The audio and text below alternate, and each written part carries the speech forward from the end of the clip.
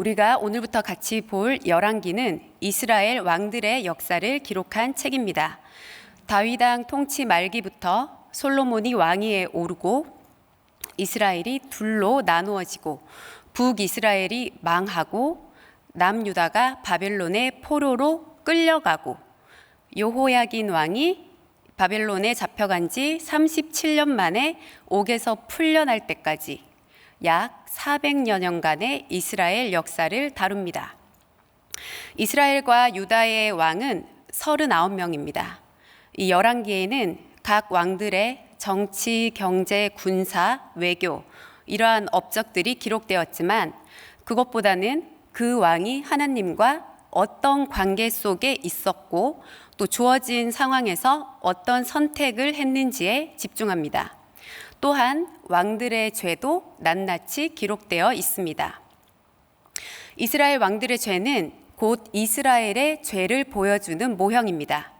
이스라엘의 왕은 하나님을 대신하여 하나님의 백성들을 다스리는 자였기 때문입니다.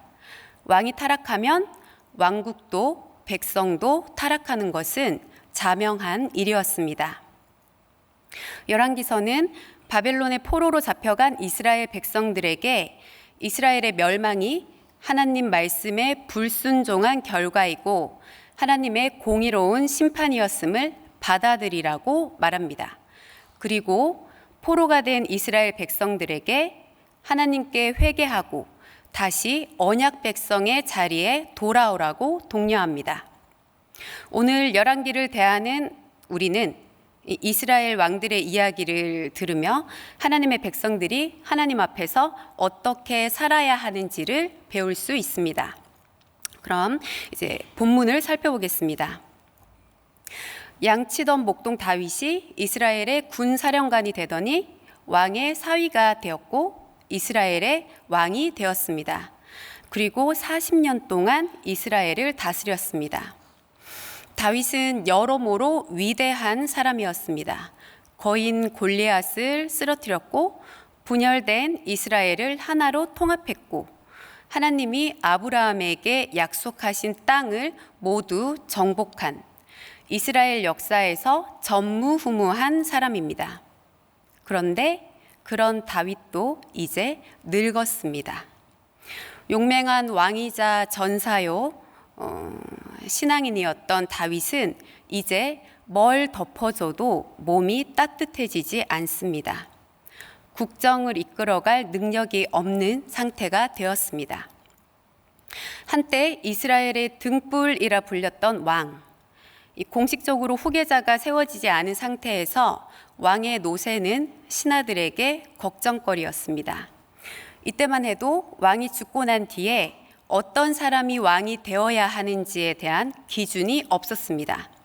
왕이 죽으면 장자가 왕위를 이어받아야 하는지 아니면 왕이 지정하는 자가 왕위를 이어받아야 하는지 분명하지 않았습니다. 물론 솔로몬이 왕위를 계승하리라고 사적으로 맹세했지만 공식적으로는 아직 후계자가 지명되지 않았습니다. 신하들도 후계자를 세우기보다는 다윗의 기력을 회복하는 데 집중했습니다. 그래서 왕의 기력을 회복할 묘책으로 당시에 널리 퍼져 있던 민간요법을 선택했습니다. 젊고 아름다운 처녀를 데려다가 왕을 모시게 하는 것이었습니다. 신하들은 왕을 수종들 여자를 구하기 위해서 온 이스라엘을 뒤지고 다녔습니다. 그러다 미인이 많기로 유명한 수넴에서 아비삭이라는 젊고 아리따운 여인을 찾았습니다. 아비삭은 다윗의 시중을 들고 왕의 품에 안겼습니다. 그러나 다윗의 기력은 회복되지 않았습니다. 왕은 늙고 공식적인 후계자가 없는 이때 자신을 유력한 후계자라 여긴 아도니아가 반역을 꾀합니다. 아도니아는 다윗의 넷째 아들입니다. 다윗의 맏아들 암논이 셋째 아들 압살롬에게 죽고 셋째 아들 압살롬은 왕위를 차지하려다가 죽었습니다. 둘째 길르앗도 중간에 죽은 것으로 추정합니다. 그래서 살아있는 아들들 중에서는 아도니아가 장자가 되었습니다. 서열상 첫째였고 외모도 준수했고 또 여러모로 왕이 될 법한 조건을 갖추고 있었습니다. 아도니아는 여호와는 나의 주라는 뜻입니다. 이 다윗이 이 이름을 지을 때는 아마도 이 아들이 여호와의 주권을 인정하며 살길 바랐을 것입니다. 그러나 아도니아는 그렇지 못했습니다. 아도니아는 스스로 내가 왕이 될 것이라고 하면서 후계자처럼 행세하고 다녔습니다. 병거와 기병, 호위병 50을 준비해서 왕이 행차하는 것처럼 왕의 흉내를 내었습니다. 그렇게 백성들의 지지와 환심을 사려고 했습니다. 왕이 되리라 마음 먹고 후계자인 것처럼 행세하고 모든 외적인 조건이 자신을 지지한다 하더라도 아도니아는 왕이 될 수 없습니다. 왜냐하면 이 나라의 왕은 하나님이 세우시기 때문입니다. 자기 백성을 옳은 대로 인도할 자, 자기 백성에게 하나님의 복을 전해줄 그 왕은 하나님이 직접 세우십니다. 그리고 솔로몬이 그 왕이 되리라고 말씀하셨습니다. 그런데 지금 아도니아는 제 형 압살롬이 그랬던 것처럼 하나님의 권리를 침범해서 스스로 왕이 되려고 합니다. 잠언 16장 5절과 18절에는 이렇게 기록되어 있습니다. 5절 함께 읽으실까요? 시작. 무릇 마음이 교만한 자를 여호와께서 미워하시나니 피차 손을 잡을지라도 벌을 면하지 못하리라. 18절. 교만은 패망의 선봉이요 거만한 마음은 넘어짐의 앞잡이니라. 아멘. 하나님은 교만을 가증히 여기시고 교만한 자를 반드시 패하십니다. 교만한 자의 종말은 파멸뿐입니다. 그런데 아도니아는 지금 스스로 파멸의 길을 향해 걸어가고 있습니다. 아도니아가 이런 짓을 하고 다니는데도 다윗은 한 번도 아도니아를 꾸짖지 않았습니다. 왜 그러느냐? 이렇게 묻지도 않았습니다. 히브리서 12장 8절은 징계가 없으면 사생아라고 말씀합니다. 잠언 13장 24절은 자식을 사랑하는 자는 훈계를 게을리하지 않는다고 말합니다. 에베소서 6장 4절은 자녀를 주의 교훈과 훈계로 양육하라고 말합니다. 그러나 다윗은 자식들을 훈계로 양육하지 않았습니다.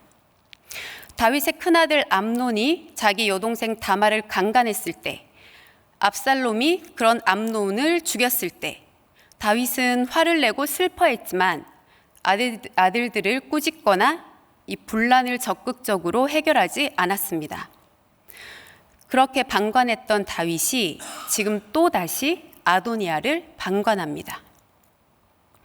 늙은 다윗이 방관하는 사이 아도니아는 자신을 보좌할 군사를 모았고 군사 참모인 요압과 제사장 아비아달을 측근으로 세웠습니다. 요압은 다윗의 사촌입니다. 이 다윗을 위해 잔인한 행동도 서슴지 않았고 속임수를 사용하는 데도 능숙했습니다. 요압을 지지자로 얻었다는 것은 이스라엘 군대 전체를 얻은 것이나 마찬가지였습니다. 제사장 아비아달은 가족 모두가 사울에게 살해되고 가문에서 유일하게 살아남아서 다윗에게로 도망갔습니다. 그리고 그때부터 쭉 다윗과 함께 있었습니다. 다윗과 동고동락했던 요압과 아비아달, 이 두 사람은 이제 반역하는 다윗의 아들 아도니아의 든든한 지지자가 되었습니다. 아도니아와 요압 그리고 아비아달의 연합 세력은 강했습니다.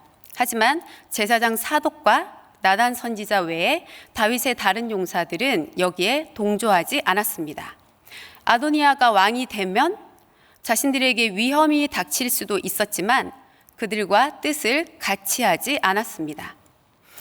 정치 군사적으로 힘을 얻은 아도니아는 요압과 아비아달 그리고 자신의 동생들인 왕자들과 유다의 지도자들을 모았습니다.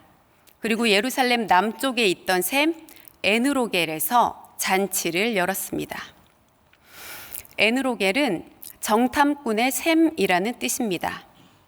정탐꾼이 그러는 것처럼 아도니아도 몰래 왕이 될 준비를 합니다.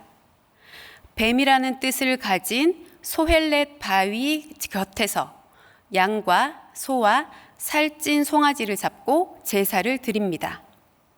번제와 화목제를 드리지만 정작 하나님의 뜻에는 관심이 없습니다. 그저 제사를 구실 삼아 이목을 끌지 않고 사람들을 모아서 스스로 왕이 되었다 자축했습니다.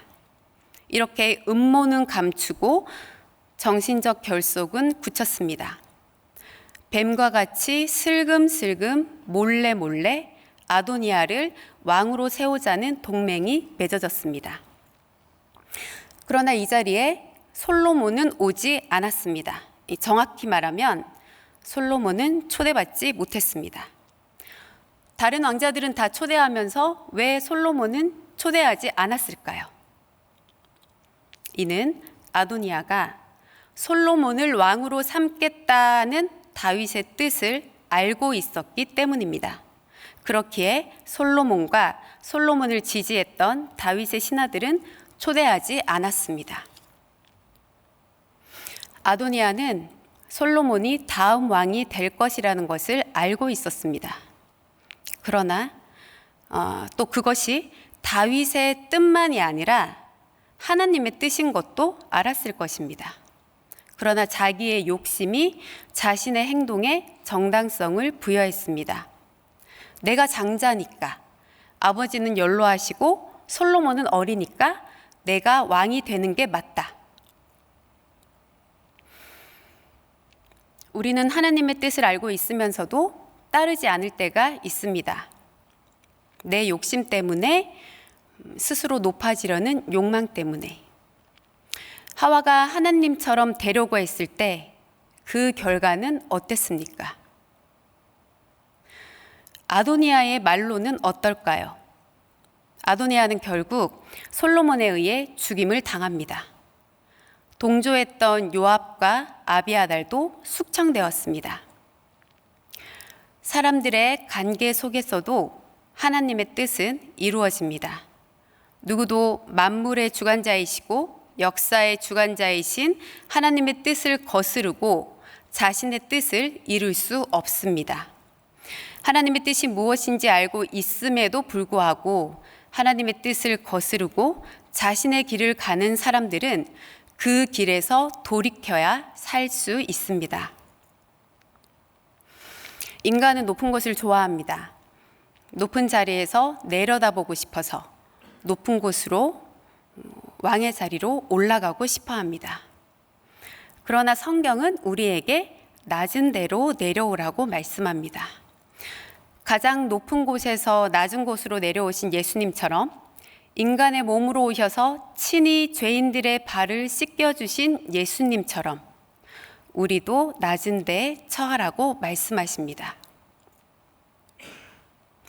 하나님이 낮아지셔서 죄인인 우리가 새 생명을 얻었습니다. 우리가 낮아지면 어떤 일이 일어날까요? 스스로 높아지려고 하나님의 뜻을 거스르지 마십시오. 우리 주님처럼 스스로를 낮추어 낮은 자리에 앉으십시오. 그래서 주님이 하신 것처럼 생명을 살리고 사람을 세우고 공동체를 풍성하게 하고 나로 인해 모든 사람이 평안함을 누리는 그런 귀한 일들을 만들어 가시길 축복합니다. 우리가 낮아질 때 우리 자신이 살 뿐 아니라 하나님이 우리를 높이시고 영광스럽게 하실 것입니다. 우리 이 시간 들은 말씀을 놓고 기도하겠습니다. 자녀를 주의 말씀으로 훈계하지 못한 다윗이 받은 대가는 혹독했습니다. 하나님, 우리 자녀들을 주의 교훈과 훈계로 양육하게 하옵소서. 사랑하고 존중한다는 핑계로 방임하지 않게 하옵소서. 우리의 다음 세대들에게 하나님의 바른 말씀을 바르게 가르치게 하옵소서. 또한 주님, 나도 주의 교훈과 훈계로 다스려 주옵소서. 내 욕심이 장성해서 하나님을 거스르는 죄를 짓지 않게 하옵소서. 오늘 들은 말씀을 놓고 기도하시고 가져오신 기도 제목 놓고 더 기도하시다가 돌아가시겠습니다.